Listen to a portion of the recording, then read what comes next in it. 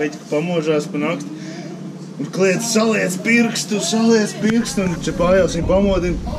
Viņa tur, ka teltīņā, ja? Un kas tev notika, kas ar tev notika? Viņš saka, es sapņoju, ka es esmu nokļuvis paradīzē. Zils debesis, saulīte. Un es lecu pa zaļu pļauju, pilnīgi kails. Tur ir putniņi, čivina, tur ir tauriņi. Un priekšā ir ābeli, un es noplūcu ābolu, un viņš ir tik salds, un viss ir tik ideāls, un mākonīts viens, un es lecu pa to pļauju tālāk, un priecājos, un es laimīgs. Un tad pēkšņi priekšā ir klints, un es krītu lejā no klints, un minotaurs saķer mana pirkstu dibenā, un es jūtu, ka es slītu nost, un es kliedzu, saliec pirkstu.